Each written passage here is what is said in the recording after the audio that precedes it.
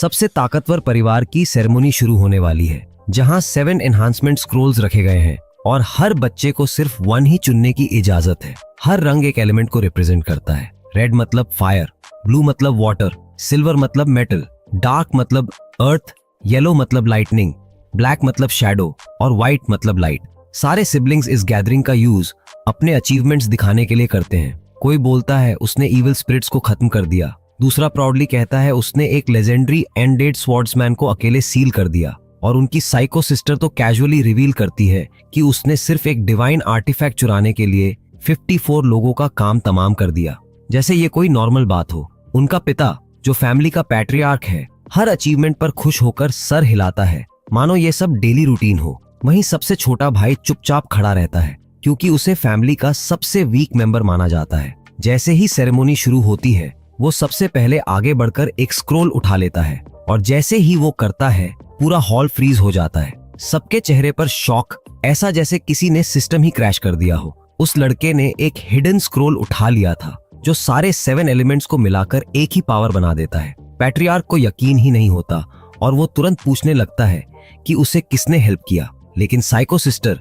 बस हल्की सी मुस्कान के साथ कहती है कि ये लड़का सबकी एक्सपेक्टेशंस से कहीं ज्यादा स्ट्रांग बनने वाला है। ये है लार्सन मैटन, और अब उसके पास वो रेयरेस्ट पावर है जो आज तक किसी को नहीं मिली। अब ये समझने के लिए कि उसे वो स्क्रॉल कैसे मिला, हमें थोड़ा पीछे जाना पड़ेगा। वो इसी पावरफुल फैमिली में पैदा हुआ था और उसके पास हमेशा सब कुछ था जो वो चाहता था, लेकिन एक ही चीज थी जो उसे सच में खुश करती थी, लोगों को लव देना। उसने अपनी पूरी जिंदगी अपने मेड्स, सर्वेंट्स और अपने दोस्त को प्यार दिखाने में बिताई, यहाँ तक कि उसने अपनी खुद की माँ को अपने स्पीड से नहला दिया। हाँ, थोड़ा अजीब है, पर उसका तरीका ही ऐसा था। क्या करे। अब असली कहानी तब शुरू होती है जब एक दूसरी दुनिया का असली इंसान इस कैरेक्टर के अंदर जागता है और उसे पता चलता है कि 17 साल की उम्र में उसके अपने भाई उसे मार देंगे, यानी उसके पास सिर्फ 8 साल है अपनी डेस्टिनी बदलने के लिए। एक दिन जब वो अपने कमरे में ट्रेनिंग कर रहा होता है,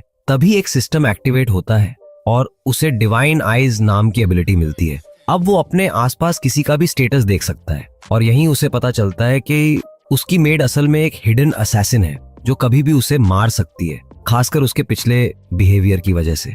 अब ऑब्वियसली वो मरना नहीं चाहता, वो भी ऐसे लूजर की तरह तो बिल्कुल नहीं। अगले दिन वो अपने सर्वेंट के साथ, जिसके पास पॉइजन पावर्स हैं, सीधे ट्रेनिंग ग्राउंड पहुंचता है।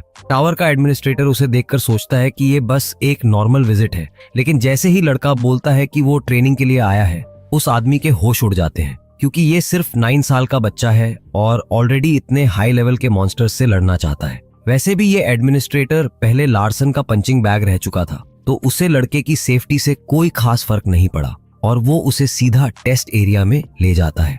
जंगल के बीच में कई मॉन्स्टर्स उसे घेर लेते हैं, लेकिन एमसी बिना घबराए अपना कॉम्बैट मैजिक एक्टिवेट करता है और उन मॉन्स्टर्स को आसानी से खत्म कर देता है, जो उसकी उम्र के लिए सपोजिडली बहुत टफ थे। एडमिनिस्ट्रेटर नोआ, जो पहले की इंसल्ट का बदला लेना चाहता था, अब पूरी तरह से शॉक में खड़ा रह जाता है। उसे समझ ही नहीं आता कि इतना छोटा बच्चा इतना पावरफुल कैसे हो सकता है। तभी बॉस मॉन्स्टर सामने आता है और नोआ को पूरा यकीन हो जाता है कि अब लार्सन का गेम ओवर है, क्योंकि बहुत कम लोग इस बॉस को पार कर पाए हैं।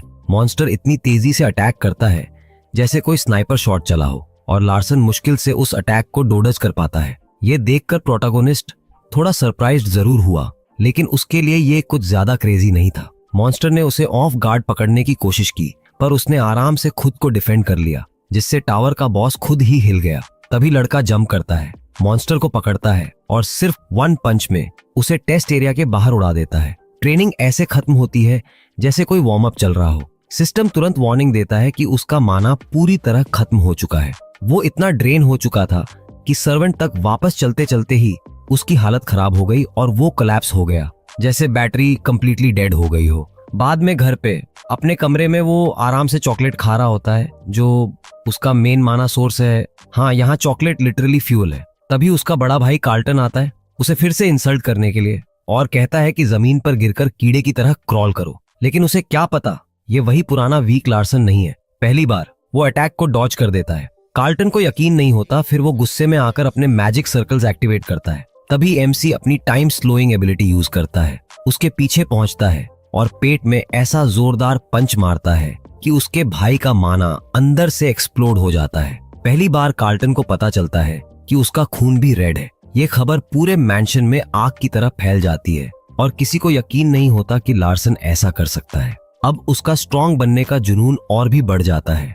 अपने 10वें बर्थडे पर वो मैजिक लाइब्रेरी जाता है मनी कंट्रोल सीखने के लिए, जहां उसकी मुलाकात लाइब्रेरियन ईवी से होती है। सिस्टम रिवील करता है कि वो एक वांटेड विच है जो पूरे कैसल को फ्रीज करने की ताकत रखती है और बिना चंट किए मैजिक यूज कर सकती है, जो सिर्फ टॉप लेवल मैजेस ही कर पाते हैं। मैजिक कंट्रोल सीखने के लिए वो एक बेसिक बुक मांगता है, लेकिन पढ़ने पर उसे कुछ भी समझ नहीं आता, जैसे किसी ने एल्जेब्रा को एलियन लैंग्वेज में लिख दिया हो। तब वो अपनी डिवाइन आइज एबिलिटी यूज करता है और धीरे धीरे चीजें समझने लगता है, लेकिन फिर से उसका माना खत्म हो जाता है। मैंशन में चलते हुए उसकी नजर अपनी माँ पर पड़ती है, वही औरत जिसे उसने पूरी जिंदगी खराब तरीके से ट्रीट किया था। इस बार वो रुकता है, बैठता है और अपने दिल की सारी बातें बताने का फैसला करता है। जब वो उसकी आंखों में देखता है तो वो पूरी तरह खाली होती है, जैसे अंदर कुछ बचा ही नहीं हो। फिर भी वो उससे माफी मांगता है, कहता है कि वो अब पहले जैसा इंसान नहीं रहा। उसकी माँ बस चुपचाप सिर झुकाती है और उठकर चली जाती है,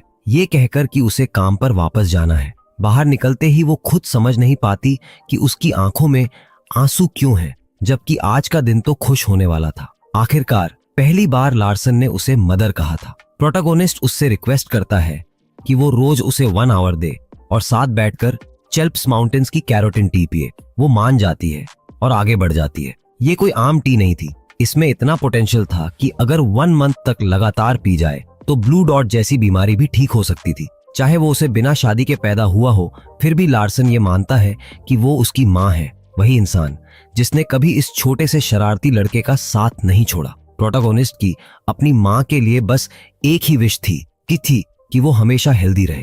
जब वो अपनी रेजिडेंस पर पहुंची, लेडी सोसो को यकीन ही नहीं हो रहा था कि ये सब सच है, लेकिन आज जो हो रहा था वो पूरी तरह रियल था। जैसे जैसे 10वें साल की सेरेमोनी पास आ रही थी, उसका बेटा पूरी तरह बदल चुका था, वो भी अच्छे के लिए। लेडी सू को लगने लगा कि शायद उसकी प्रेयर्स आखिरकार सुन ली गई हैं, क्योंकि अब वो रोज अपने बेटे के साथ बैठकर टी पी पाती थी। और भले ही ये वही छोटा बच्चा नहीं था जिसे वो याद करती थी, फिर भी एक माँ होने के नाते वो खुश हुए बिना नहीं रह पाई। तभी एक हल्की सी हवा आई और कैंडल की लौ हिल गई, जैसे ऊपर से कोई जवाब मिला हो। अगली सुबह होते ही लार्सन ने कहा कि उसे हिया से कुछ इंपॉर्टेंट बात करनी है। मेड घबरा गई, उसे लगा उसका सीक्रेट खुल गया है और वो सोचने लगी कि शायद यंग मास्टर अब उससे किसी को असैसिनेट करवाना चाहता है। लेकिन जैसे ही वो मेंटली तैयार हुई, उसे बोला गया कि चॉकलेट लेकर आओ, और वो भी नॉर्मल नहीं, क्वांटिटी भी ज्यादा और क्वालिटी भी टॉप लेवल। मेड थोड़ी डिसअपॉइंटेड हो गई क्योंकि ये तो वही यूजुअल डिमांड थी, लेकिन लड़के ने कहा कि एक और चीज भी चाहिए। उसका दिल फिर से थोड़ा होपफुल हुआ, लेकिन इस बार उसे एक खास बेकरी से स्वीट्स लाने को कहा गया और उसका एक्साइटमेंट फिर से डाउन हो गया। पूरे 60 मिनट्स बाद जब सब कुछ आ गया तो प्रोटैगोनिस्ट खुद शॉक्ड रह गया। उसके सामने 100 चॉकलेट बार्स रखी थी, जिनकी टोटल कीमत 20 मिलियन एक के बराबर थी। उसे एहसास हुआ कि रिच होना कितना कन्वीनियंट है।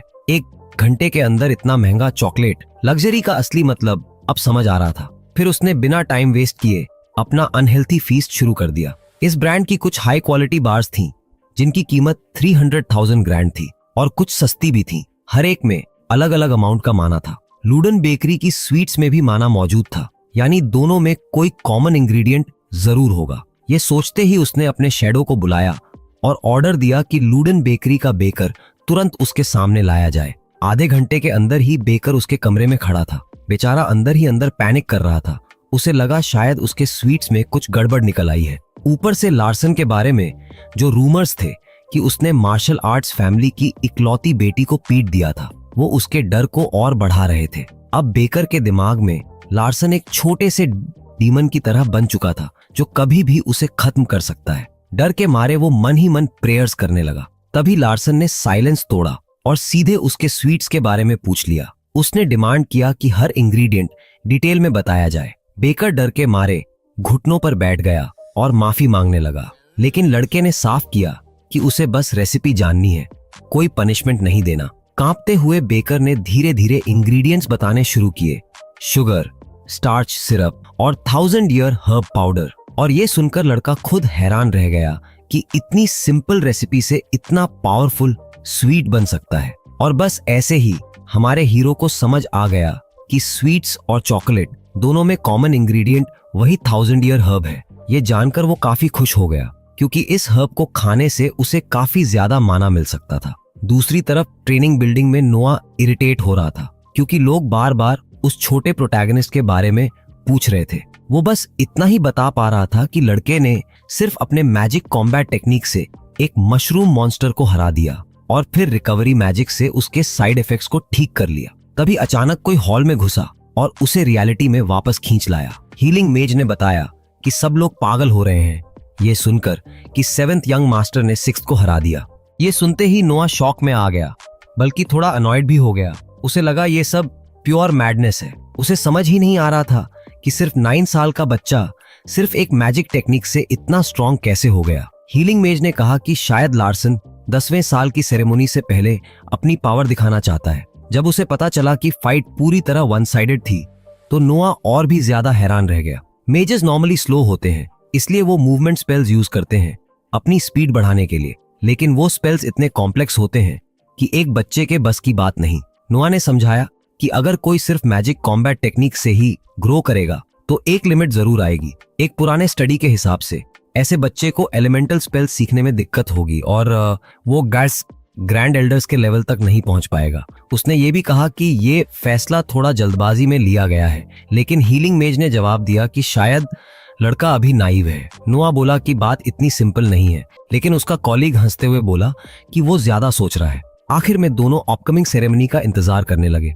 उधर हमारा हीरो ऐसे खा रहा था जैसे कोई गोट खुला छोड़ दिया हो, क्योंकि अब वो सीधे 1000 ईयर हर्ब ही खा रहा था। इसमें कैलोरीज जैसी कोई टेंशन नहीं थी क्योंकि उसने पहले ही 10 साल का चॉकलेट खा लिया था। लिटरली उसके शरीर की फैट में सारा मना स्टोर हो चुका था, यानी अब उसे बस अपने कोर से उस फैट को बर्न करना था ताकि एनर्जी मिल सके। अपना माना बढ़ाने से वो अपनी डिवाइन आइज को ज्यादा देर तक एक्टिव रख सकता था, जिससे वो जल्दी जल्दी माना कल्टीवेशन सीख रहा था और तेजी से प्रोग्रेस कर रहा था। पूरे 3 डेज की लगातार मेहनत के बाद आखिरकार उसने पहली बुक खत्म कर ली। तभी सिस्टम ने उसे एक सीक्रेट पेज दिखाया और बताया कि ये महान सेज अल्बर्टो की अरेंजमेंट है। अचानक बुक के पेजेस अपने आप हिलने लगे। ग्रेट सेज अल्बर्टो का नाम पढ़कर प्रोटैगनिस्ट और भी क्यूरियस हो गया। अब उसके पास कोई ऑप्शन नहीं था, उसे फिर से लाइब्रेरी जाना ही था, चाहे उसे उस आइस विच का सामना क्यों ना करना पड़े। हालांकि दिल से वो बिल्कुल नहीं चाहता था कि उसे फिर से उस लेडी से इंटरैक्ट करना पड़े, लेकिन नॉलेज के लिए कभी कभी डर को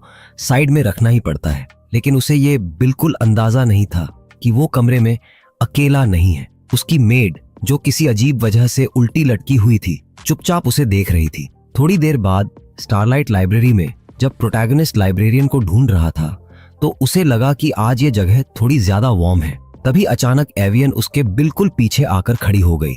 लार्सन ने वो बुक वापस कर दी जिसे उसने सिर्फ 3 डेज में खत्म कर लिया था। अचानक लाइब्रेरियन ने बुक पर से धूल हटाई और वो अपने आप मैजिक से वापस अपनी जगह पर चली गई। ये देखकर लड़के को समझ आ गया कि ये लेडी कोई मजाक नहीं है, क्योंकि वो बिना इनकेंटेशन के मैजिक यूज कर सकती है। फिर लार्सन ने पोलाइटली पूछा कि क्या ग्रेट सेज अल्बर्टो की 77वीं बुक यहाँ है। लाइब्रेरियन ने कहा कि हाँ, वो बुक यहाँ मौजूद है, लेकिन एवियन ने यह भी बताया कि उस बुक को B क्लास में रखा गया है क्योंकि उसमें ज्यादातर बेकार और समझ ना आने वाली बातें लिखी हैं। फिर भी लड़के ने वही बुक मांग ली। तभी अचानक आइस विच की नाक को कुछ स्मेल आया और वो अचानक उस छोटे लड़के को सूंघने लगी। प्रोटैगनिस्ट, जो अंदर से एक ग्रोन आदमी था लेकिन बॉडी 9 साल के बच्चे की थी, पैनिक करने लगा और अजीब अजीब बातें सोचने लगा, जैसे वो किसी खतरनाक प्रेडेटर के सामने खड़ा हो। लेकिन लाइब्रेरियन ने बताया कि उसके शरीर से स्वीट स्मेल आ रही है। तब जाकर लड़के ने राहत की सांस ली और समझ गया कि वो चॉकलेट की स्मेल की बात कर रही है। उसने ऑफर किया कि वो चॉकलेट ले सकती है। पहले तो उसने मना किया, लेकिन जैसे ही उसने हल्का सा इंसिस्ट किया, उसने तुरंत एक्सेप्ट कर लिया। ये देखकर लड़का सोचने लगा कि इतनी पावरफुल आइस विच ऐसा बिहेव कर रही है, कहीं सिस्टम में कोई ग्लिच तो नहीं है। अब बुक लेकर वो वहां से निकलने लगा और सोचने लगा कि अगर वो एवियन की तारीफ करे तो उसका रिएक्शन कैसा होगा। जाते जाते उसने उसे इनवाइट भी कर दिया कि अगर उसे और चॉकलेट चाहिए तो वो उसके मैंशन आ सकती है, वो अपनी मेड को बता देगा। लेकिन अंदर से वो बस यही दुआ कर रहा था कि ये आइस विच उससे जितना दूर रहे उतना अच्छा है। उसी दिन बाद में जब वो बुक का 42% पढ़ चुका था, उसकी हेवनली आई आखिरकार काम करना बंद कर देती है। ये बुक उतनी इंटरेस्टिंग नहीं थी जितनी उसने सोची थी, बल्कि ये तो ऐसा लग रहा था जैसे अल्बर्टो खुद की तारीफ करता जा रहा हो। बिल्कुल किसी इन्फ्लुएंसर की तरह, और रीडर को बोल रहा हो कि बेसिक्स सीखो और उसके जैसा बनो। कुछ समय बाद हैम्पटन और हायरा हैरान रह गए जब उन्होंने देखा कि ये छोटा सा लड़का सच में वर्कआउट कर रहा है। हैम्पटन को गर्व महसूस हुआ कि उसका मास्टर अब एक्सरसाइज कर रहा है, लाइब्रेरी में पढ़ रहा है, एन नोआ के बिल्डिंग में ट्रेनिंग भी कर रहा है। तभी असासिन हीरा ने नोटिस किया कि ये कोई नॉर्मल रनिंग नहीं है। अचानक उनके पीछे से किसी ने कहा कि यंग मास्टर अपने बॉडी के फैट में ट्रैप्ड माना को अक्यूमुलेट करने की कोशिश कर रहा है। सर्वेंट्स चौंक गए जब उन्होंने पीछे मुड़कर देखा, क्योंकि वहां एवियन खड़ी थी, और खासकर हीरा शॉक में थी क्योंकि वो उसकी प्रेजेंस तक महसूस नहीं कर पाई। एवियन यहाँ ऑटम मैंशन विजिट करने आई थी और उसने हैम्पटन से कहा कि वो यंग मास्टर को उसके आने के बारे में ना बताए। छोटा लड़का अब इस बात को लेकर क्यूरियस हो गया कि इतनी हाई लेवल लाइब्रेरियन आखिर यहाँ आई क्यों है। शुरू में उसे लगा कि शायद वो यहाँ यंग मास्टर को टेस्ट करने आई है और उसे और पावर देने वाली है, लेकिन फिर उसे याद आया कि लाइब्रेरियंस को न्यूट्रल रहना पड़ता है। जब एवियन ने उसे ऐसे दौड़ते देखा तो उसने कहा कि ये वही छोटा डिलिंक्वेंट नहीं है जिसके बारे में रूमर्स चलते थे। तभी हीरा को याद आया कि यंग मास्टर ने पहले ही कहा था कि अगर लाइब्रेरियन कभी आए तो उसे चॉकलेट देना। मेड ने हैरानी से कहा कि उसे नहीं पता था कि इतनी बड़ी लाइब्रेरियन को स्वीट टूथ है। हीरा थोड़ा अनकंफर्टेबल महसूस कर रही थी। उसे लगा कि इतनी हाई लेवल मैच को सिंपल चॉकलेट्स देना शायद उसे पसंद ना आए, लेकिन उसके शौक के लिए एवियन ने तुरंत वो चॉकलेट्स एक्सेप्ट कर ली। अब जब शैडो और लाइब्रेरियन दोनों यंग मास्टर की ट्रेनिंग पे फोकस कर रहे थे, मेड को ये सब थोड़ा सस्पिशियस लगने लगा और वो सोचने लगी कि प्रोटैगनिस्ट और इस विच के बीच आखिर चल क्या रहा है। ऐसे ही 3 डेज बीत गए। लार्सन ने आखिरकार अल्बर्टो की 77वीं बुक खत्म कर ली और सिस्टम ने उसे बताया कि उसकी हेवनली आई अब इस नॉलेज को अब्सॉर्ब करेगी। हीरो खुद पर प्राउड फील कर रहा था कि उसने आखिर माना कल्टीवेशन सीख लिया। तभी अचानक उसे तेज दर्द होने लगा। एकदम से वो घुटनों पर गिर गया। उसके शरीर में माना बहुत तेजी से फ्लो करने लगा और अगर वो इस फ्लो को समझ नहीं पाया तो सीधा मौत पक्की थी। यानी एक नई नॉलेज मिलते ही उसे अपनी जान बचाने की लड़ाई लड़नी पड़ रही थी। ये सोचकर भी वो हैरान था कि यहाँ सिर्फ एक बुक पढ़ना भी जानलेवा हो सकता है। फिर भी उसने जल्दी से अपनी हेवनली आई एक्टिवेट की और माना को एनालाइज करने लगा। वो पूरी कंसंट्रेशन के साथ इसे समझने में लग गया। उसी दिन बाद में जो माना कल्टीवेशन टेक्निक उसने सीखी थी वो उसके दिल में पूरी तरह इंग्रेव हो चुकी थी। लेकिन तभी सिस्टम ने उसे बताया कि अब जब उसने ये टेक्निक सीख ली है तो वो हिडन बैक स्टोरी भी देख सकता है। और ऐसे ही एकदम से एक दूसरी दुनिया की बैक स्टोरी उसके सामने खुल गई। अब वो समझ पाएगा कि अनप्रेडिक्टेबिलिटी क्या होती है और साथ ही उस 27 साल की लाइब्रेरियन की कहानी भी जान पाएगा। लेकिन जब उसने देखा कि उसके बायो में लिखा है कि वो चॉकलेट लवर है तो वो खुद कंफ्यूज्ड हो गया। तभी उसे एक पुरानी घटना याद आई जब वो अपने दोस्त के बेटे की बेबी सिटिंग कर रहा था। उस दिन बच्चे ने उसके बैक स्टोरी बुक में स्क्रिबल कर दिया था। तब जाकर उसे समझ आया कि आइस विच चॉकलेट के सामने इतना अजीब बिहेव क्यों करती है। तभी अचानक कुछ अजीब हुआ। एक आवाज आई कि लार्सन चाहे जितना फोकस कर ले कोई फायदा नहीं होगा। अचानक उसके आसपास आग प्रकट हो गई जिससे वो घबरा गया।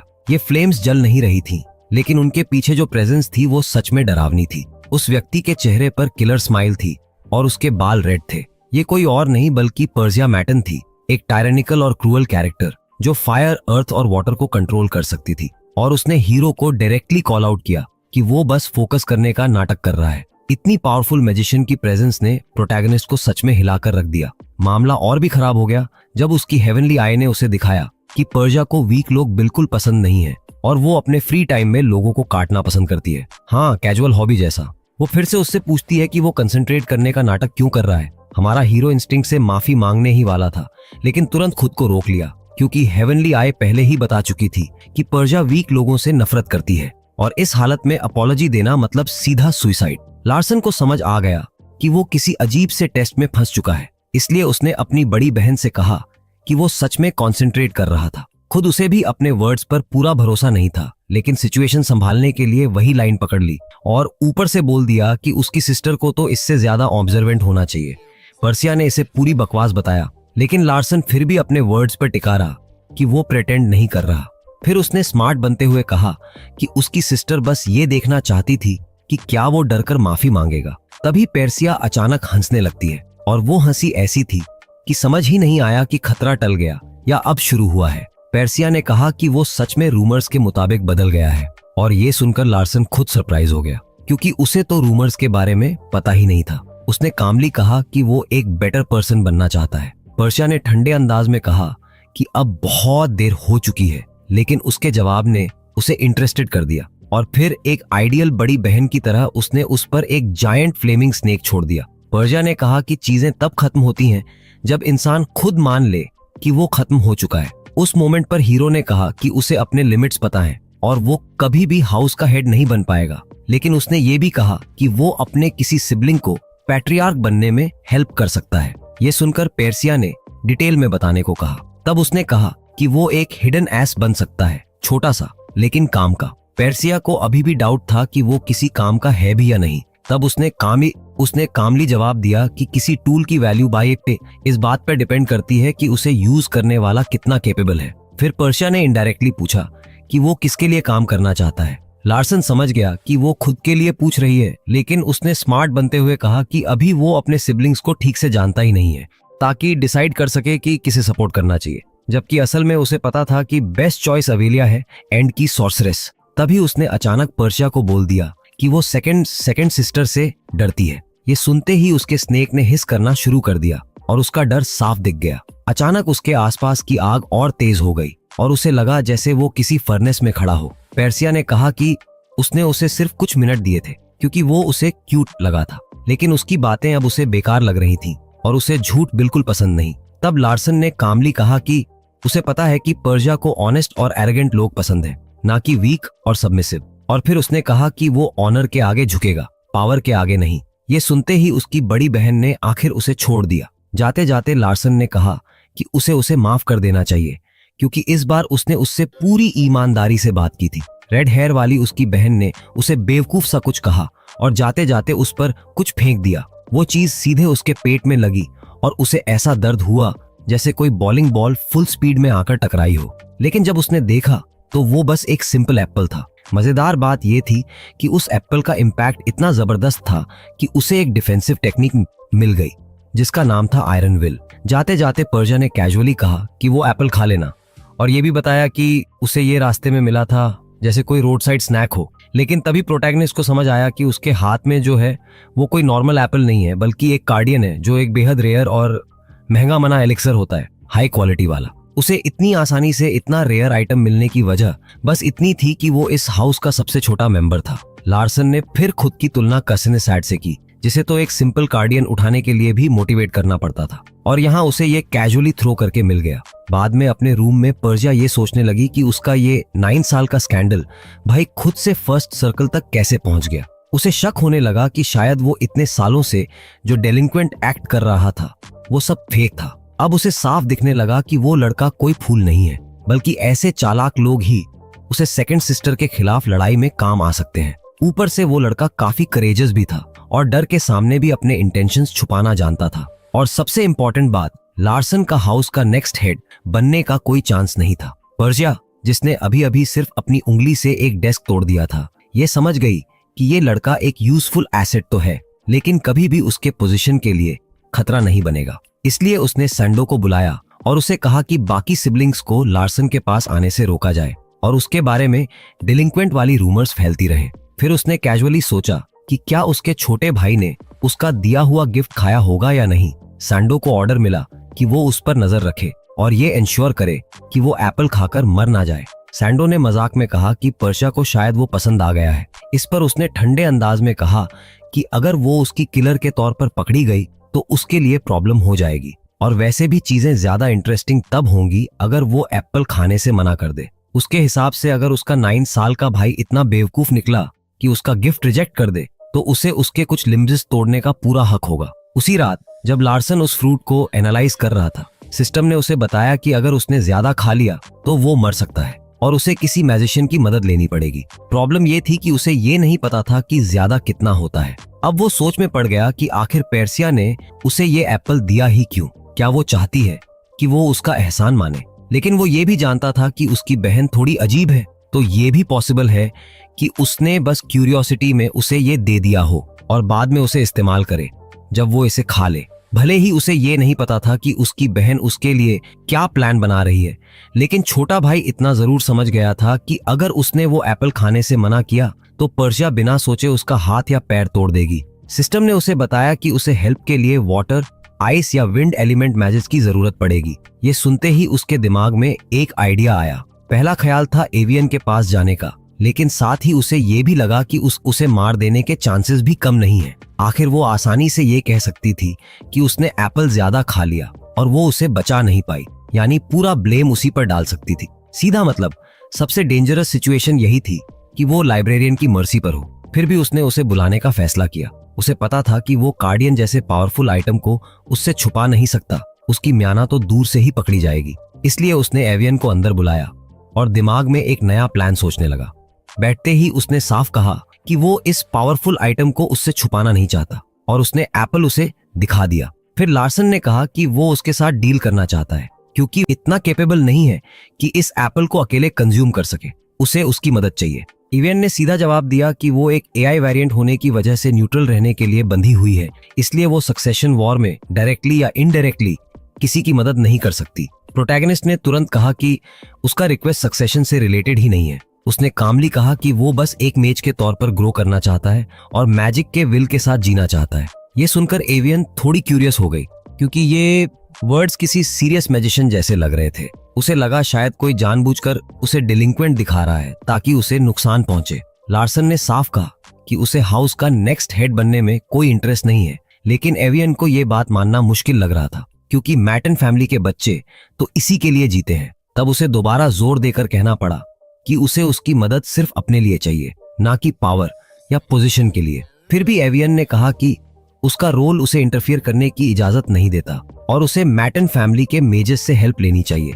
लेकिन लार्सन ने जवाब दिया कि वो सारे मेजेस उसके सिबलिंग्स के अंडर काम करते हैं। आखिर में उसने एक ऐसी बात कही जिसने आइस विच को भी चुप कर दिया। उसने कहा कि उसे अपनी माँ को प्रोटेक्ट करना है। ये सुनते ही एवियन के दिमाग में एक पुरानी याद फ्लैश हुई। एक दिन गार्ड्स एक औरत को टैक्स ना देने पर परेशान कर रहे थे। उसका छोटा बच्चा गुस्से में ऑफिसर का हाथ पकड़कर उसे छोड़ने की कोशिश करता है। सोल्जर इरिटेट हो जाता है और उस बच्चे को सजा देने के लिए अपनी तलवार उठाता है। तभी उसकी माँ बीच में आ जाती है और अपने बच्चे को बचाने के लिए खुद को सैक्रिफाइस कर देती है। हालत और खराब तब होती है जब सोल्जर बस ये कंप्लेन करता है कि उसकी तलवार गंदी हो गई है और वो छोटा बच्चा खून में लथपथ अपनी माँ की डेड बॉडी के पास रोता रह जाता है। ये देखकर आसपास खड़े लोग धीरे धीरे आपस में बात करने लगते हैं कि इस इलाके के अथॉरिटीज कितने क्रूअल और अब्यूसिव हैं। लेकिन उस भीड़ में सिर्फ एक ही इंसान था जिसने एक्शन लिया। आइस विच अकेले ही उस टायरेंट और उसके आर्म सोल्जर्स के सामने खड़ी हो गई। जैसे ही वो राजा अटैक करने आया, उसने तुरंत अपनी आइस मैजिक इस्तेमाल की और उन्हें वही मर्सी दिखाई जिसके वो सच में हकदार थे। अब एक तरफ था मैटन फैमिली का सबसे छोटा बच्चा जिसे पूरी जिंदगी ऑब्जर्व किया गया था और दूसरी तरफ उसकी माँ, एक मेड जिसे फैमिली ने प्रैक्टिकली इग्नोर कर दिया था। एवियन अब पूरी तरह श्योर हो चुकी थी कि प्रोटैगनिस्ट ने इतने सालों तक डेलिंक्वेंट बनने का नाटक सिर्फ खुद को बचाने के लिए किया था और वो सच में अपनी माँ को प्रोटेक्ट करना चाहता है। लेकिन ये इतना आसान नहीं था क्योंकि उसके कुछ सिबलिंग्स पागलपन की हद तक स्ट्रांग थे और वो खुद बस सबसे छोटा, ऊपर से एडल्ट्री का रिजल्ट यानी ओअर्न्स उसके खिलाफ ही थे। फिर भी एवियन ने ये माना कि भले उसका सपना ऑलमोस्ट इम्पॉसिबल हो, लेकिन उसे सपना देखने का पूरा हक है। उसके हिसाब से ड्रीम को चेस करना उतना ही इम्पोर्टेंट है जितना उसे अचीव करना। और आखिरकार उसने डिसाइड कर लिया कि वो उसकी मदद करेगी। उसने साफ कहा कि वो चॉकलेट्स की वजह से उसकी हेल्प नहीं कर रही। ये सुनते ही हमारा हीरो अंदर से खुश हो गया, जैसे जैकपॉट लग गया हो। अब प्लान तैयार था। एवियन ने समझाया कि जब वो फ्रूट खाएगा तो वो उसके बॉडी से निकलने वाली एनर्जी को फ्रीज कर देगी और फिर धीरे धीरे मेल्ट करके उसे वापस एब्जॉर्ब करवाएगी। लेकिन उसने वार्निंग भी दी कि इस प्रोसेस में उसका शरीर फ्रीज भी हो सकता है। बेस्ट केस में ये प्रोसेस कुछ मंथ्स लेगा और वर्स्ट केस वो वहीं मर सकता है। ये सुनकर लार्सन ने सीधा कहा कि ये सब इतना कैजुअली मत बताओ, कम से कम थोड़ा ड्रामेटिक पॉज तो दो। एवियन, जो एक केपेबल आइस मेज थी, उसने प्रॉमिस किया कि वो उसे जिंदा रखने की पूरी कोशिश करेगी।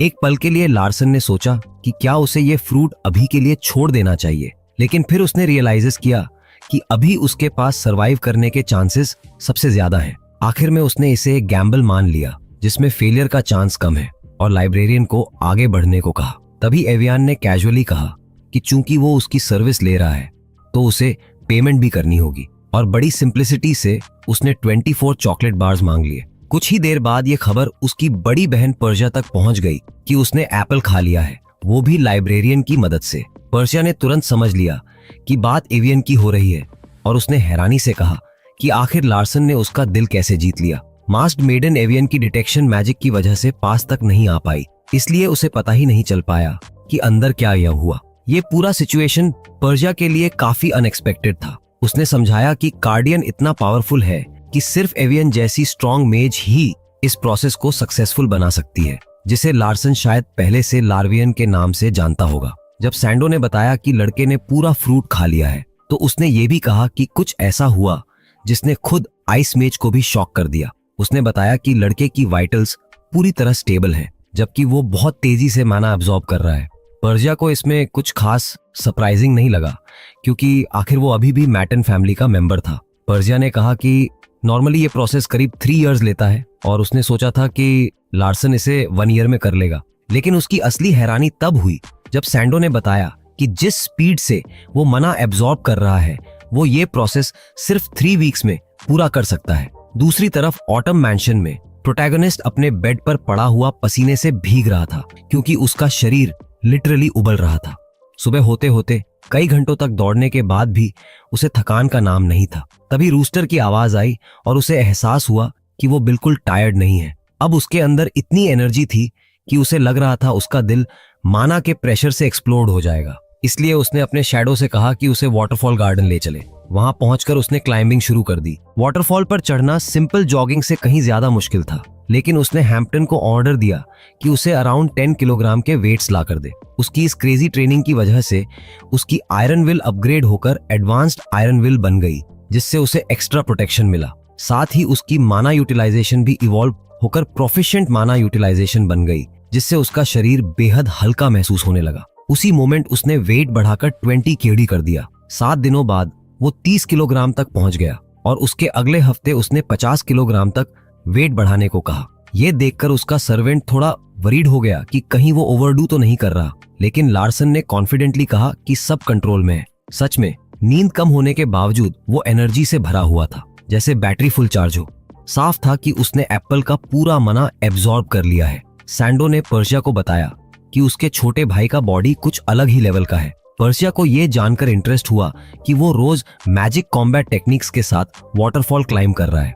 आमतौर पर ये टेक्निक्स शुरू में जल्दी ग्रो करती हैं, लेकिन जल्द ही लिमिट पर पहुंच जाती हैं। इसलिए उसे लगा कि शायद लार्सन उसके काम आ सकता है, लेकिन उसे ये बिल्कुल एक्सपेक्ट नहीं था कि वो 50 केजी वेट लेकर 30 मीटर्स की हाइट 5 मिनट से कम में चढ़ जाएगा।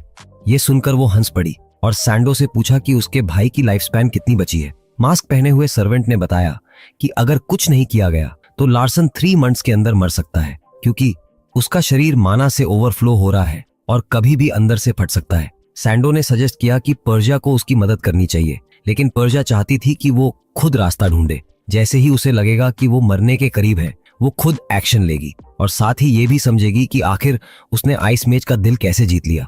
दूसरी तरफ हेयर कट बदलने के बाद लार्सन खुद नोटिस कर रहा था कि वो कितना बदल चुका है। उसी दोपहर जब टी सर्व हुई, सुसु ने कहा कि उसका बेटा काफी पतला हो गया है। वो ऑब्वियसली वरीड थी, लेकिन लार्सन ने उसे मुस्कुराकर एश्योर किया कि वो पूरी तरह हेल्थी है। माँ ने फिर मेड की टी बनाने की तारीफ की, जिससे वो थोड़ी शार्मेट हुए खुश हो गई और धीरे से कॉम्प्लीमेंट वापस कर दिया। लार्सन ये देखकर खुश था कि हीरा उसकी माँ के साथ सरप्राइजिंगली अच्छा बिहेव कर रही है। ऊपर से गुड न्यूज़ ये थी कि उसकी माँ के सीने पर जो ब्लू स्पॉट था वो लगभग गायब हो चुका था। उसी रात बेड पर लेटे लेटे मना फार्म करते हुए प्रोटैगनिस्ट सोचने लगा कि अब सिर्फ 4 डेज बचे हैं दिसंबर 24 आने में, जो इस दुनिया में बर्थ ऑफ द स्टार से एक दिन पहले होता है। इस दुनिया की कहानी एम्परर हाइपरटन से शुरू होती है, जिसने सारी रेसेस को एकजुट करके एम्पायर बनाया था। इसलिए दिसंबर 24 बेसिकली उसका बर्थडे था। लेकिन ऑनेस्टली प्रोटैगनिस्ट को इन पुरानी कहानियों से कोई खास मतलब नहीं था, क्योंकि उससे भी बड़ा इवेंट होने वाला था। अगर सब सही रहा तो लूडिया, जो फायर ट्राइब से है और जिसे मैजिशियंस की नेचुरल एनिमी माना जाता है, जिसे क्रिम्सन बटर और 1 आर्मर्ड सर्सर्स के नाम से भी जाना जाता है, वो अटैक करेगी। लूडिया खुद भी काफी मुश्किल हालत में थी और उसे वेस्टगेट से एग्जाइल कर दिया जाएगा। प्रोटैगनिस्ट को याद था कि वो थर्ड सिस्टर से मिलेगी, और क्योंकि उसका सामना पर्शिया से होगा, ये ऑलमोस्ट कंफर्म था कि वो अपना एक हाथ खो देगी। इसी वजह से बाद में वो मेटान हाउस से बदला लेने की कसम खाएगी और नॉवेल के प्रोटैगनिस्ट के साथ अलायंस बनाएगी। 1 आर्म्ड सॉर्सरेस के पास अपनी ट्राइब की खास पावर थी और फ्यूचर में कसिन उसके साथ कॉन्ट्रैक्ट करके उसके साथ लड़ेगा। ये सब सोचकर लार्सन के दिमाग में आया कि अगर समहाउ लूडिया वही होली ग्रेल ऑफ फायर उसे दे दे, जो ओरिजिनली कसन सैड को मिलने वाला था, तो कितना फायदा हो सकता है। लेकिन तभी उसकी हेवनली आई ने कुछ अजीब रिवील किया। पर्शिया का शैडो उसके कमरे में छुपा हुआ था। ये देखकर वो थोड़ा इंट्रीग्ड हुआ, लेकिन उसने सोचा कि बेस्ट यही है कि उसे इग्नोर किया जाए, इसलिए उसने हेवनली आई बंद करने की सोची। लेकिन सिस्टम ने वार्निंग दी कि अगर उसने इसे फोर्सफुली बंद किया तो उसका माना फ्लो डिस्टर्ब हो सकता है, जो खतरनाक होगा। तब उसने एक सिंपल लेकिन जीनियस प्लान बनाया, सोने का नाटक करना। लेकिन ट्विस्ट ये था कि इससे सैंडो और भी क्यूरियस हो गई, क्योंकि उसे लगा कि वो सोते सोते माना कल्टीवेट कर रहा है। माना फार्मिंग कोई सिंपल काम नहीं था, इसमें पूरी कंसंट्रेशन चाहिए होती है, और यहाँ ये 9 साल का बच्चा इसे नींद में कर रहा था। सैंडो को समझ नहीं आ रहा था कि इस अनयूजुअल सिचुएशन को कैसे रिपोर्ट करे। आखिर उसने बस एक बेसिक कल्टीवेशन टेक्निक वाली बुक पढ़ी थी, जो नॉर्मली कुछ खास नहीं होती। शैडो ने खुद वो बुक चेक की और पाया कि उसमें पैसिव मैना कल्टीवेशन जैसी कोई चीज नहीं थी। आइस मेज की मदद से एप्पल खाने के बाद उसके शरीर में काफी बदलाव आ चुके थे, और अब वो अपने दिल में माना स्टोर कर रहा था। सबसे अजीब बात यह थी कि इतने सब के बाद भी उसे कोई हार्ट प्रॉब्लम नहीं हो रही थी। उसका माना धीरे धीरे स्टेबल भी हो रहा था, जबकि वो अभी तक सेकंड सर्कल तक नहीं पहुंचा था, और ना ही उसने कोई फिजिकल एनहांसमेंट स्पेल यूज किया था। सैंडो ने कंक्लूड किया कि उस 9 साल के बच्चे का हार्ट कुछ अलग ही लेवल का है, ऑलमोस्ट मॉन्स्ट्रस, और उसने डिसाइड किया कि ये सारी बातें अगले दिन रिपोर्ट की जाएंगी। अब जब स्पाई कमरे से जा चुकी थी, प्रोटैगनिस्ट ने आखिरकार अपनी आंखें खोल दी। देखते ही देखते दिसंबर 24 की रात आ गई। ऑटम मैंशन में सब लोग उस बड़े चमकते हुए ट्री के आसपास जमा थे। तभी यंग मास्टर ने मेड और शैडो को अपने साथ चलने को कहा। हैम्पटन थोड़ा क्यूरियस था कि आखिर वो जा कहां रहे हैं, और शौक तब लगा जब लार्सन उन्हें आउटर वेस्ट गेट की तरफ ले जाने लगा। मैटन फैमिली के वेस्ट में कुल 4 गेट्स थे, और वो सबसे आउटर वाले की तरफ जा रहा था। उसी रात लूडिया यानी क्रिम्सन बुचर और सभी मेजेस की दुश्मन वहां आने वाली थी, और लार्सन उससे मिलने के लिए ऑलमोस्ट डेस्परेट था। लेकिन उसे ये नहीं पता था कि गेट पर ऑलरेडी फाइट शुरू हो चुकी है। जब उसने एक छोटी लड़की को फ्लेम्स के साथ रैम्पेज करते देखा तो उसे अफसोस हुआ कि वो पहले क्यों नहीं आया। सर्वेंट्स अभी भी कंफ्यूज थे कि ये सब हो क्या रहा है। हैम्पटन, जो ढेर सारा पैरालाइजिंग पॉइजन लेकर आया था, उसने पूछा कि क्या वो 6th यंग मास्टर के रेसिडेंस जा रहे हैं, लेकिन लार्सन ने साफ मना कर दिया। जब हैम्पटन ने पूछा कि क्या वो अपसेट है, तो छोटा लड़का थोड़ा घबरा गया और कुछ सही जवाब ही नहीं दे पाया। उधर गेट पर लूडिया पूरी तरह अनकंट्रोलेबल थी। हेवनली आई ने उसे सिंपल माइंडेड बताया, और ये सुनकर प्रोटैगनिस्ट को फिर से रिग्रेट हुआ कि उसने ये कहानी लिखी ही क्यों थी। फिर भी उसे यकीन था कि वो पॉइजन के लिए वल्नरेबल होगी, इसलिए उसने हैम्पटन को सिग्नल दिया। प्लान सिंपल था, पॉइजन यूज करके उसे पैरालाइज करना। हैम्पटन ने तुरंत अपना पॉइजन फेंका और कुछ ही पलों में वो पाउडर फैल गया। लूडिया धीरे धीरे रुक गई, पैरालाइज्ड हो गई और फिर बेहोश होकर गिर पड़ी। लार्सन तुरंत सिचुएशन संभालने के लिए आगे बढ़ा, लेकिन तभी किसी ने उसे रोक लिया। गेट का गार्ड मेज उसे इंट्रूडर समझ बैठा और उसका नाम पूछने लगा। लार्सन ने इरिटेट होकर उसे डांटा और कहा कि वो अंदर से ही आया है। वो नॉर्मली पोलाइट रहना चाहता था, लेकिन इस बार उसने साफ कह दिया कि इतने गार्ड्स मिलकर भी उस छोटी लड़की को संभाल नहीं पाए। हालांकि सच तो ये था कि लड़की ही उनके लेवल से ऊपर थी। फिर भी उसने डिसाइड किया कि वो उसे अंदर ले जाएगा, लेकिन गेटकीपर फर्मी ने मना कर दिया और फिर से उसका नाम पूछा। इस बार हैम्पटन बीच में आया और उसने उसे मैटन फैमिली का मेंबर और मैजिक पार्ट का ग्रैंड वॉकर बता दिया। केओस मीनिंग तुरंत उसे रोकना चाहता था, क्योंकि हैम्पटन कुछ ज्यादा ही तारीफ करने लगा था। तो लार्सन ने खुद आगे बढ़कर कहा कि वो लार्सन मार्टिन है। ये सुनकर गार्ड को बिल्कुल यकीन नहीं हुआ। उसने तो उल्टा कह दिया कि लार्सन मार्टिन इतना हैंडसम नहीं हो सकता। ये सुनकर उसे समझ ही नहीं आया कि इंसल्ट समझे या कॉम्प्लीमेंट। फिर उसने गार्ड से उनके नाम पूछे और कामली कहा कि कोई भी इतना बेवकूफ नहीं होगा कि पेट्रियार्क के सबसे छोटे बेटे का इम्पर्सनेशन करे। उसने खुद ही अपने बारे में रूमर्स का मजाक उड़ाते हुए कहा कि लोग उसे अगली डिलिंक्वेंट कहते हैं, और वैसे भी कोई भी समझदार इंसान उसकी एक्टिंग क्यों करेगा। ये सुनकर उसका शैडो भी हैरान रह गया। आखिर में उसने गार्ड से कहा कि इन फैमिली से कंफर्म कर लो उसकी आइडेंटिटी, लेकिन साथ ही वार्निंग भी दे दी कि अगर वो सच में 7th सन निकला तो उन्हें अपनी एरोगेंस का रिग्रेट होगा। ये सुनते ही गार्ड डर गया और तुरंत माफी मांग ली। लेकिन जब उससे पूछा गया कि वो उस लड़की को अंदर क्यों ले जाना चाहता है, तो लार्सन थोड़ी मुश्किल में पड़ गया। और फिर उस 9 साल के शरीर में छुपे ग्रोन आदमी ने कैजुअली जवाब दिया कि उसे वो लड़की क्यूट लगी। मेड ये सब बड़े ध्यान से देख रही थी, जैसे कोई इंटरेस्टिंग मूवी चल रही हो। थोड़ी देर बाद वो छोटी फायर यूजर लड़की, जो अभी भी बेहोश थी, जमीन पर बंधी हुई पड़ी थी। हैम्पटन, हीरा और लार्सन सब उसके जागने का इंतजार कर रहे थे। तभी सिस्टम ने अचानक प्रोटैगोनिस्ट को बताया कि कुछ अनएक्सपेक्टेड हुआ है। ऐसा लग रहा था जैसे दुनिया खुद उसकी कहानी में किए गए बदलाव को नोटिस कर रही हो। उसी समय लुडिया ने धीरे धीरे अपनी आंखें खोली। उसका मुंह बंद था, इसलिए वो कुछ बोल नहीं पा रही थी, लेकिन उसकी आंखों और एक्सप्रेशन से साफ था कि वो अंदर ही अंदर उसे खूब गालियां दे रही है। सिस्टम ने उसे सिंपल माइंडेड बताया था, तो हीरो ने सोचा कि इससे सिंपल तरीके से ही डील करना बेहतर होगा।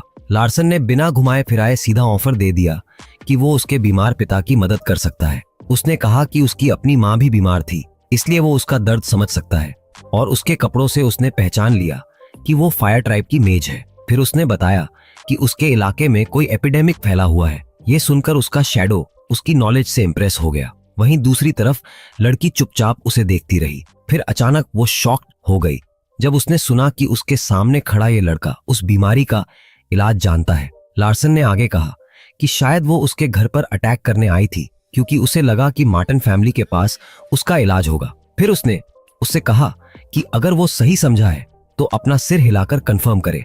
लड़की ने तुरंत सिर हिलाया।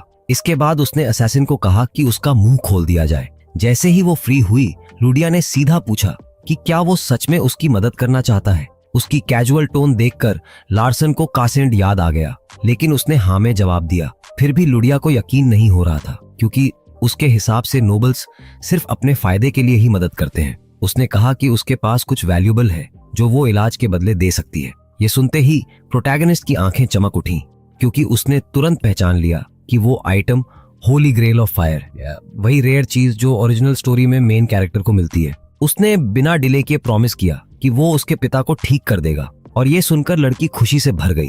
लेकिन जैसे ही उसे पता चला कि इसका कॉस्ट ज्यादा होगा, वो उदास हो गई और पूछने लगी कि कितना देना पड़ेगा।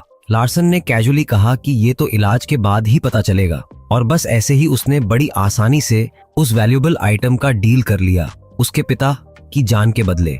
अब उसकी बारी थी अपना वादा पूरा करने की। लार्सन ने अपने शैडो को इंस्ट्रक्शंस दिए कि 1000 ईयर हर्ब को सिल्वर सी वाटर में उबालकर पूरे इलाके में फैलाया जाए ताकि क्योर तैयार हो सके।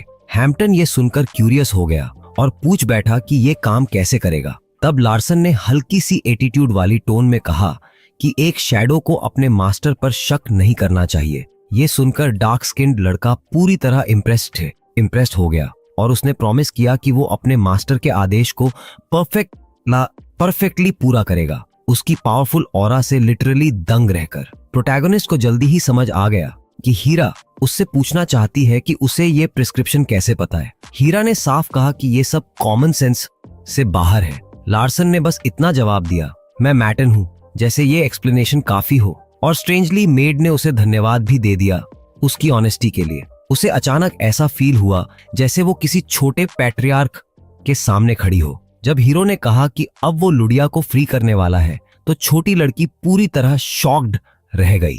जैसे ही उसे आजादी मिलने वाली थी, उसने तुरंत हॉस्टाइल बिहेवियर दिखाया। उसने कभी अपना नाम बताया ही नहीं था, और जब लार्सन ने उसका नाम ले लिया तो उससे समझ आ गया कि उससे गलती हो गई है। लड़की गुस्से में आ गई क्योंकि उसने किसी को अपना नाम नहीं बताया था।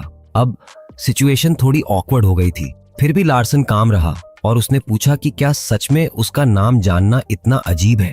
जब उसने हाँ कहा तो उसने अगला सवाल किया कि क्या ये भी अजीब नहीं है कि वो इतने महंगे हर्ब का इस्तेमाल करके उसकी मदद कर रहा है। लड़की ने कहा कि ये तो और भी वियर्ड है कि वो उसे अपने फैमिली का सीक्रेट बता रहा है, और वो भी बिना किसी बेनिफिट के। मतलब सीधी बात, वो उसी इंसान पर शक कर रही थी जो उसकी मदद करने आया था। जैसे ही उसे एहसास हुआ कि वो उसी हाथ को काट रही है जो उसकी मदद कर रहा है, उसने धीरे से माफी मांगी। लेकिन हीरो ने जानबूझकर कहा कि उसे सुनाई नहीं दिया, थोड़ा जोर से बोलो। और फिर थोड़ा पास आकर बोला कि रिपीट करो। बेचारी को तीसरी बार सॉरी बोलना पड़ा।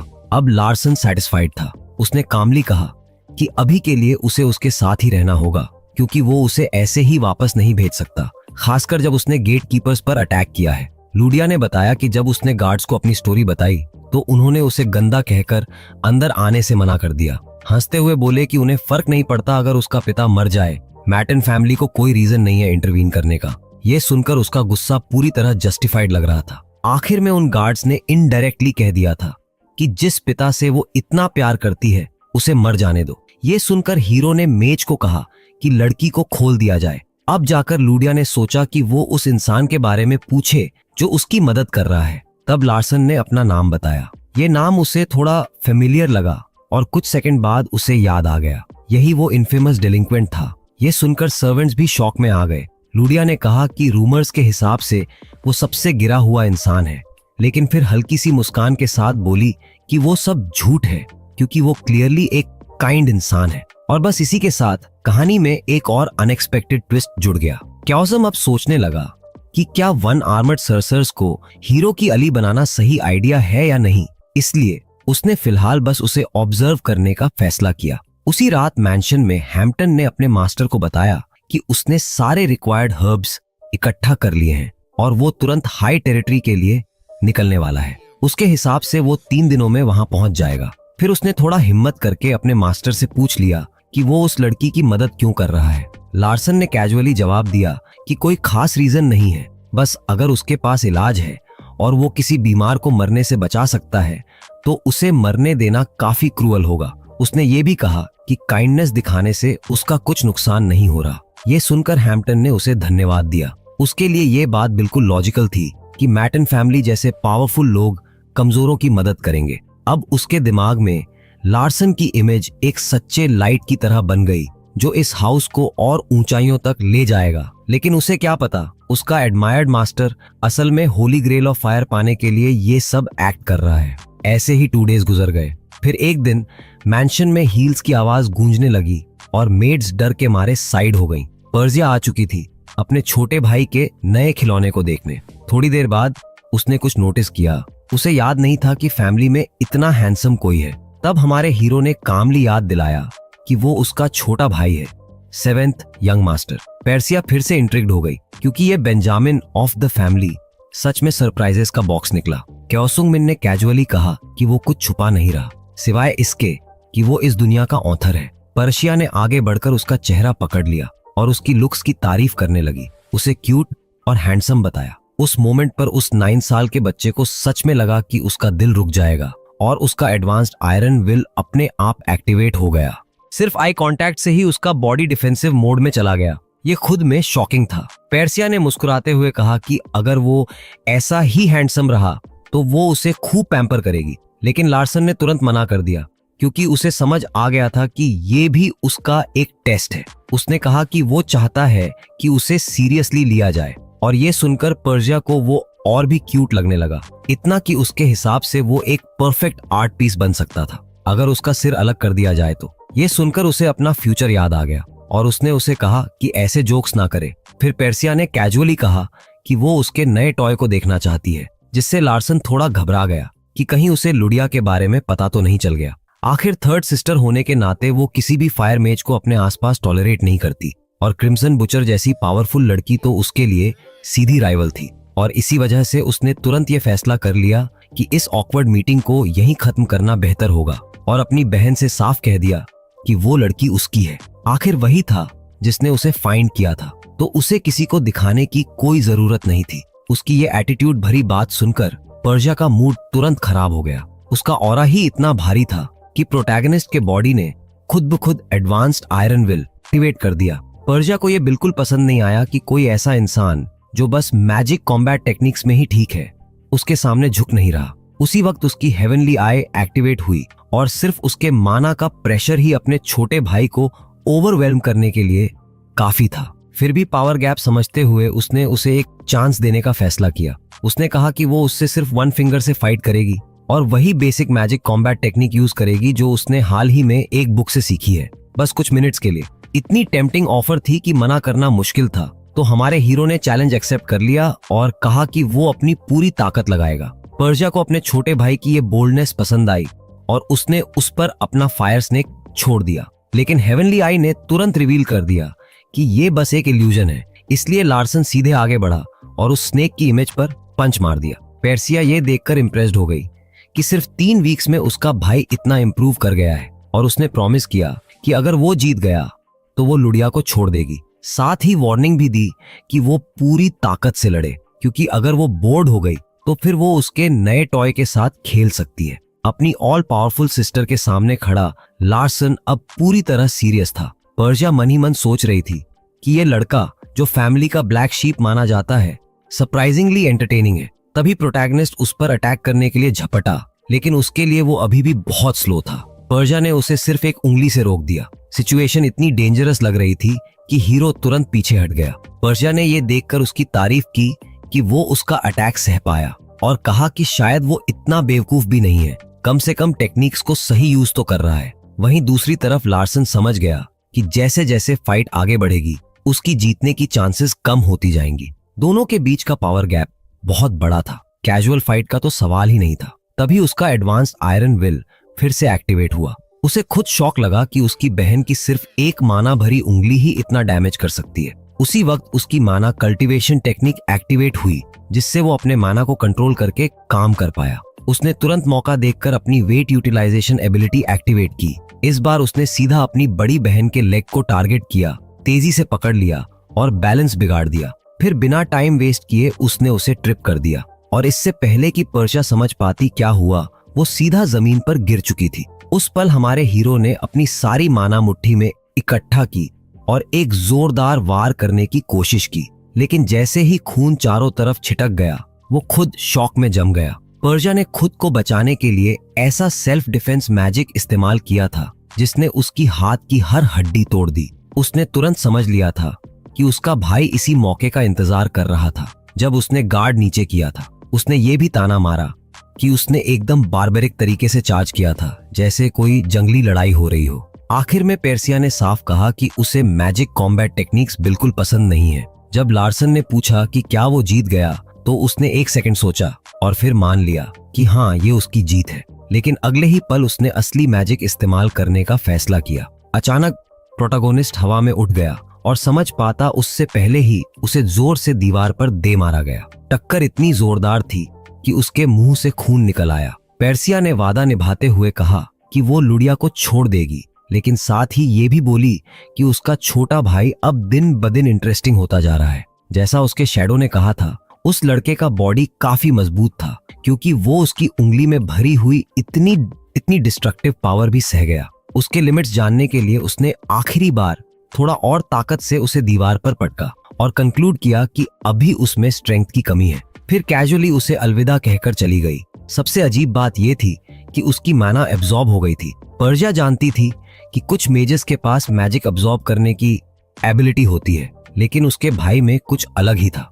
उसने जानबूझकर उसे थोड़ी हीलिंग माना भी अब्जॉर्ब करने दी, सोचते हुए कि अगर वो इसे कंट्रोल करना सीख गया तो बहुत कुछ सीख सकता है। तभी शैडो सामने आया और बोला कि उसकी मास्टर अपने छोटे भाई को काफी पसंद करने लगी है, तभी तो गिफ्ट भी दिया। पर्शिया ने बस इतना कहा कि अगर वो इसे कंट्रोल नहीं कर पाया तो यही चीज उसकी बर्बादी बन जाएगी। दूसरी तरफ लार्सन खुद को संभालने की कोशिश कर रहा था।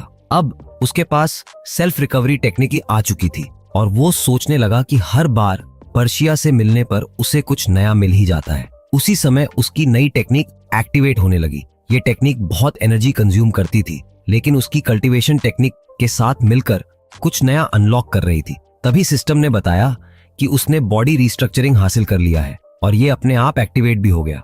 ये सुनकर वो घबरा गया। फिर असली हॉरर शुरू हुआ।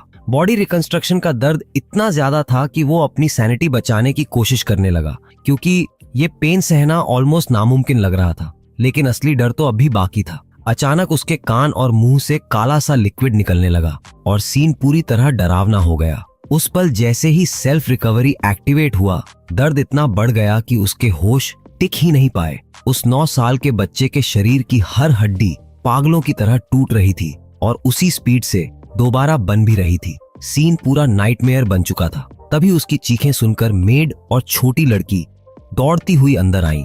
पहले तो उन्हें लगा कि ये काला लिक्विड कोई पॉइजन है, लेकिन हीरा ने जल्दी समझ लिया कि ये पॉइजन नहीं हो सकता, ये तो बहुत ज्यादा पावरफुल है। और जो काला धुआं निकल रहा था वो असल में शरीर के वेस्ट का फॉग था।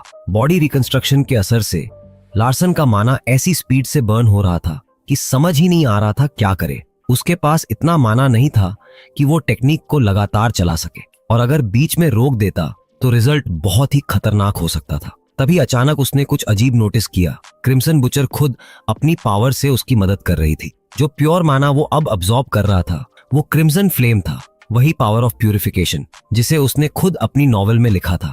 लार्सन समझ गया कि लड़की ने ये डेस्पिरेशन में किया, उसे पता नहीं था कैसे मदद करे, लेकिन अननोइंगली उसने वही दे दिया जो उसे सबसे ज्यादा चाहिए था। और बस उसी पर लार्सन मार्टिन जैसे आग से दोबारा जन्म ले लिया। सब कुछ कंप्लीट हो चुका था। जैसे ही बॉडी रिकंस्ट्रक्शन खत्म हुआ, उसे अनप्रिडिक्टेबिलिटी का एक नया हिस्सा मिल गया। दोनों लड़कियां जो देख रही थीं, वो समझ ही नहीं पा रही थीं कि अभी क्या हुआ। लार्सन के अंदर छिपा हुआ एट्रीब्यूट हेवनली बॉडी जाग गया था और अब उसके पास अपनी मैजिक कॉम्बैट टेक्निक्स को और भी ज्यादा एनहांस करने की पोटेंशियल आ गई थी। इस तरह एक नया अपग्रेडेड लार्सन सामने आया। अब उसके पास हेवनली बॉडी था, वही रेयर एबिलिटी जो उसकी कहानी के ओरिजिनल हीरो को जन्म से मिली थी। और अगर ये एबिलिटी सोर्ड गॉड के साथ कंबाइन हो जाए तो यूजर को सोर्ड एम्परर जैसी पावर मिल सकती है, जैसे स्टोरी की शुरुआत में कसिन सादी को मिली थी। उस समय आधा नग्न खड़ा लार्सन ये सोच रहा था कि वो बार बार वही एबिलिटीज क्यों कलेक्ट कर रहा है जो उसने खुद अपने नॉवेल के हीरो के लिए बनाई थी। उसने तुरंत डिसाइड किया कि उसे हर हालत में अपनी पावर्स छुपाकर रखनी होंगी। बाद में जब लुडिया को पता चला कि उसके पिता ठीक हो गए हैं तो उसकी खुशी का ठिकाना नहीं रहा। हीरा ने उसे एक लेटर दिया जो लार्सन ने लिखा था, जिसमें बताया गया था कि विलेजर्स की हालत अब बेहतर है और उन्होंने एपिडेमिक को हरा दिया है लार्सन की मदद से। ये पढ़कर लड़की की आंखों से खुशी के आंसू निकल पड़े। केओस सुनुंग मिन, जो खुद भी खुश था कि उसने मदद की, अब उस लड़की को देख रहा था जो उसका एहसान चुकाना चाहती थी। आखिर उसने उसके गांव और उसके पिता दोनों को बचाया था, इसलिए लुडिया ने खुद को उसके पर्सनल कॉन्ट्रैक्टर ऑफ फायर के रूप में ऑफर कर दिया। ये वही स्पेशल कॉन्ट्रैक्ट था जो ओरिजिनल स्टोरी में उसने कासांगसा के साथ किया था। फायर कॉन्ट्रैक्ट ट्राइब के लिए सबसे बड़ा वादा होता है। इसमें वो अपनी लॉयल्टी और अपनी पूरी पावर उस इंसान को सौंप देते हैं जिसके साथ वो कॉन्ट्रैक्ट करते हैं। लार्सन को तुरंत समझ आ गया कि ये कॉन्ट्रैक्ट कहानी के मेन इवेंट्स को काफी बदल देगा, क्योंकि इसका मतलब था कि ओरिजिनल हीरो को उसका एक पावरफुल एलाई नहीं मिलेगा। लेकिन सच कहें तो उसे इसकी जरा भी परवाह नहीं थी। उसे बस अपनी सेफ्टी चाहिए थी और 17 की उम्र तक कैसिन से दूर रहना था। इसीलिए जब उसने शांत तरीके से लुडिया का ऑफर एक्सेप्ट किया तो लड़की के चेहरे पर एक खुश मुस्कान आ गई। फिर डेनुडिया ने ओथ शुरू किया।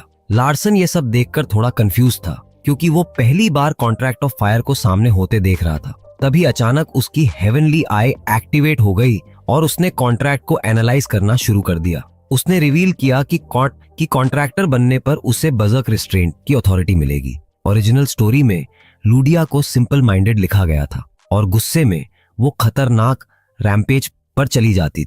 ये सुनते ही लार्सन डर गया, क्योंकि अगर उसने ये पावर इस्तेमाल की तो उसका मतलब हो सकता था उस छोटी लड़की की मौत। ये समझते ही उसने तुरंत लुडिया को ओथ पूरा करने से रोक दिया।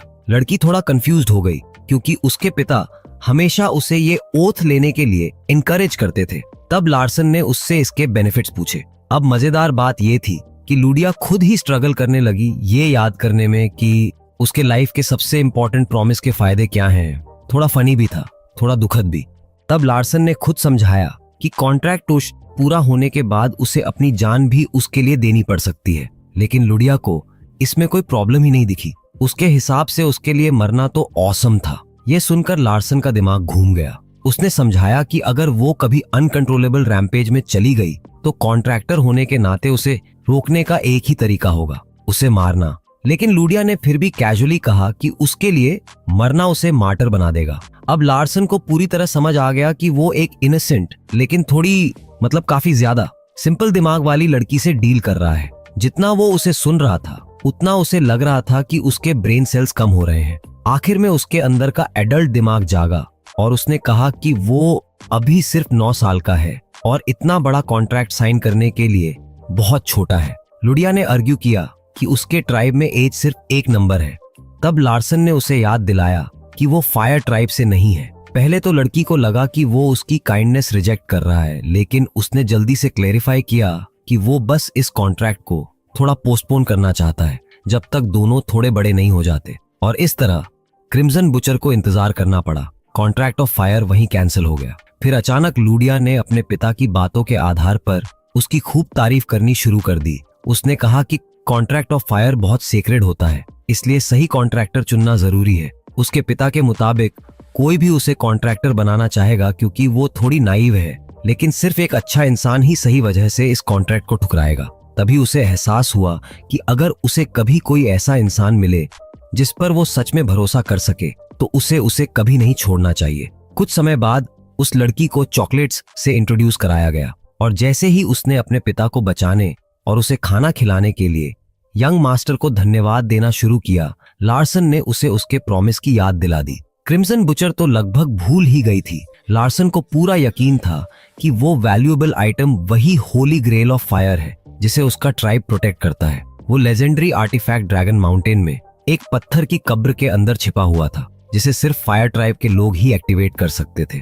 तब लुडिया ने बताया कि उसके इलाके के पास कोई पावरफुल चीज है। लार्सन ने कैजुअली उसका नाम पूछा, बस कंफर्म करने के लिए। लेकिन जब लड़की ने कहा कि उसे उसका नाम ही नहीं पता तो अंदर से ओंथर साहब पूरी तरह स्टन्ड रह गए। मतलब उन्होंने खुद ही एक टोटल इडियट बना दिया था। अब उसने सोचा कि हेवनली आई का इस्तेमाल करके खुद ही पता लगाना पड़ेगा। पता चला कि ग्रेल ऑफ फायर हर साल फायर फ्लावर वाटर बनाता है जो माइंड और स्पिरिट की सारी इम्प्यूरिटीज साफ कर सकता है। सीधी बात, सर्वाइवल के लिए ये परफेक्ट था। इससे उसे माइंड कंट्रोल और हर तरह के पॉइजन से इम्यूनिटी मिल सकती थी। सिस्टम ने कहा कि ये सब उसकी डेटाबेस के हिसाब से है, लेकिन हमारे हीरो ने इस छोटी डिटेल को फिलहाल इग्नोर किया और तुरंत हाई एंड टेरिटरी जाने का फैसला कर लिया। हीरा ने पूछा कि क्या उसे एस्कॉर्ट बुलाना चाहिए। तभी उसे याद आया नोबल फैमिली के सारे बच्चों को, चाहे वो कितने भी इग्नोर्ड क्यों ना हो, बाहर जाते समय एक गार्डियन मेज साथ रखना जरूरी होता है। अब प्रॉब्लम ये थी कि उसे ऐसा रीजन देना था जिससे शक भी ना हो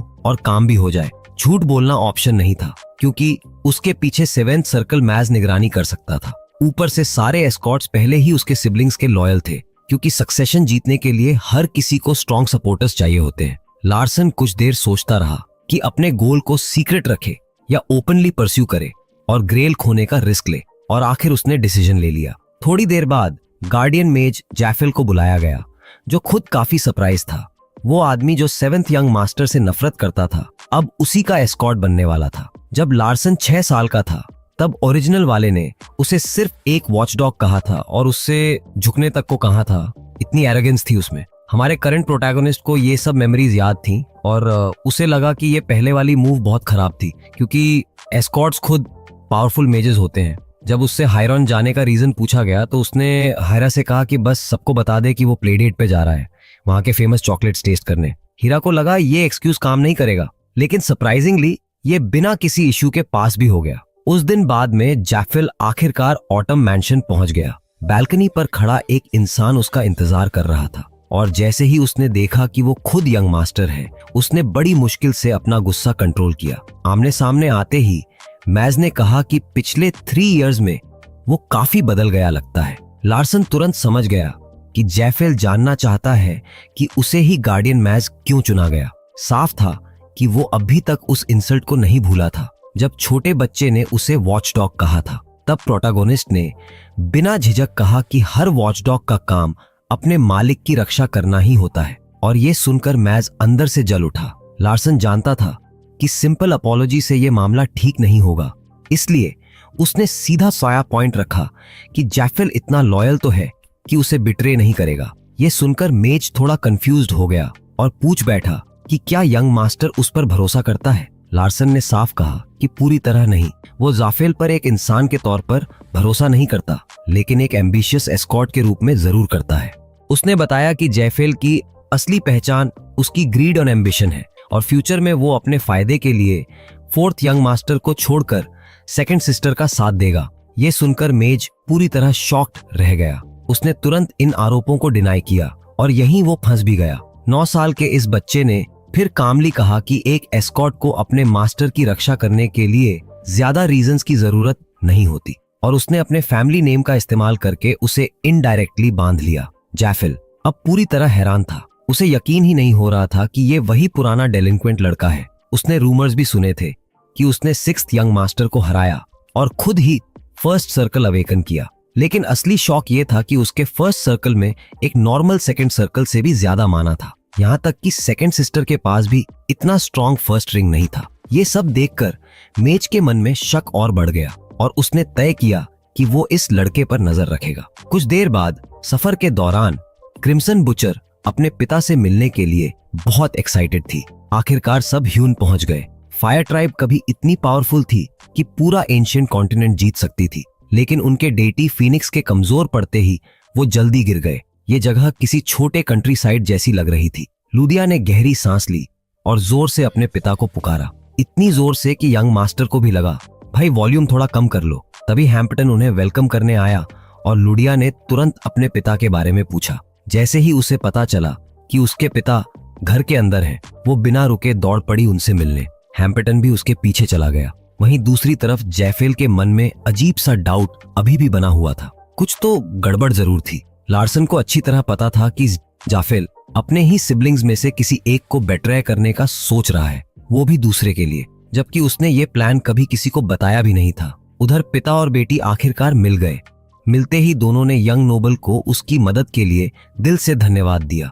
जैफेल ने लड़की को ध्यान से ऑब्जर्व किया और शॉक रह गया, क्योंकि एक 9 साल की बच्ची के लिए उसका माना लेवल बिल्कुल एबनॉर्मल था। और तो और पिता और बेटी दोनों उस डिलिंक्वेंट यंग मास्टर को एक काइंड इंसान बता रहे थे और उसका एहसान चुकाना चाहते थे। आसपास के विलेजर्स भी उसे ग्रेटिट्यूड से देख रहे थे। ये सब देखकर जाफेल सोच में पड़ गया कि इस लड़के ने आखिर किया क्या है, लेकिन फिर उसने खुद को समझाया कि ये जरूरी नहीं है। फिर भी उसके दिमाग में लार्सन को लेकर सवाल बढ़ते जा रहे थे। तभी अचानक क्रिम्सन बुचर ने उसका हाथ पकड़ा और उसे अपने गिफ्ट की जगह पर ले गई। थोड़ी देर बाद जब वो लोग वहां पहुंचे तो जैफेल को कुछ अजीब लगा, क्योंकि वहां बस एक पत्थर की कब्र थी। लुडिया ने तुरंत एक एंशिएंट स्पेल चंट करना शुरू किया और देखते ही देखते वो पत्थर हिलने लगा। कब्र खुली और उसके अंदर से एक लेजेंडरी आर्टिफैक्ट बाहर आया। उसे देखते ही एस्कॉर्ट्स का ध्यान खिंच गया, क्योंकि उस अननोन आइटम में पावरफुल फायर मैजिक भरा हुआ था। बस कुछ सेकंड उसे देखकर ही जैफेल समझ गया कि लार्सन चॉकलेट्स खाने के लिए यहाँ नहीं आया था, साफ झूठ बोला गया था। दूसरी तरफ लार्सन खुद भी उस आर्टिफैक्ट को देखकर स्टन्ड था, लेकिन तभी उसकी हेवनली आई ने कुछ रिवील किया। अनप्रेडिक्टेबिलिटी का एक नया हिस्सा। सिस्टम के अनुसार सिर्फ वही इंसान इस आर्टिफैक्ट का वाटर सेफली पी सकता है जिसने कॉन्ट्रैक्ट ऑफ फायर किया हो, वरना सीधा दर्दनाक मौत। ये जानकर उसके होश उड़ गए। अगर उसने गलती की तो यही चीज उसकी एंड बन सकती थी। उसी पल उसे समझ आया कि उसे तुरंत कॉन्ट्रैक्ट साइन करना पड़ेगा। तभी सिस्टम ने एक और वार्निंग दी, जितनी देर फायर फ्लो वाटर बाहर हवा में रहेगा उसकी पावर उतनी कम होती जाएगी।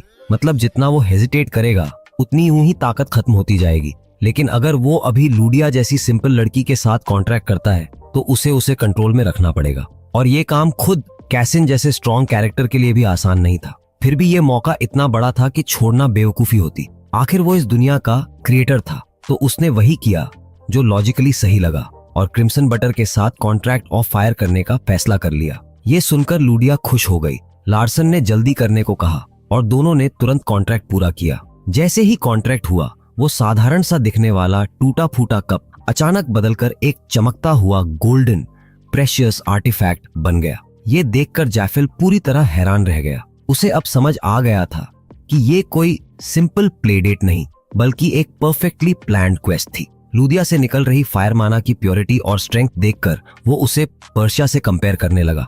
अब उसे पूरा यकीन हो गया था कि लार्सन के बारे में जो कुछ भी वो जानता था वो सब झूठ था। कॉन्ट्रैक्ट ऑफ फायर आखिरकार पूरा हो चुका था और अब हमारा हीरो हमेशा के लिए क्रिम्सन बुचर से जुड़ चुका था, जिससे कहानी में एक और बड़ा ट्विस्ट आ गया। एक पल के लिए उसने अपने शरीर में फायर माना का जबरदस्त सर्ज महसूस किया और फिर वो अचानक गायब हो गया, जैसे आर्टिफैक्ट ने खुद इस कॉन्ट्रैक्ट को विटनेस करके अपनी शक्ति दे दी हो।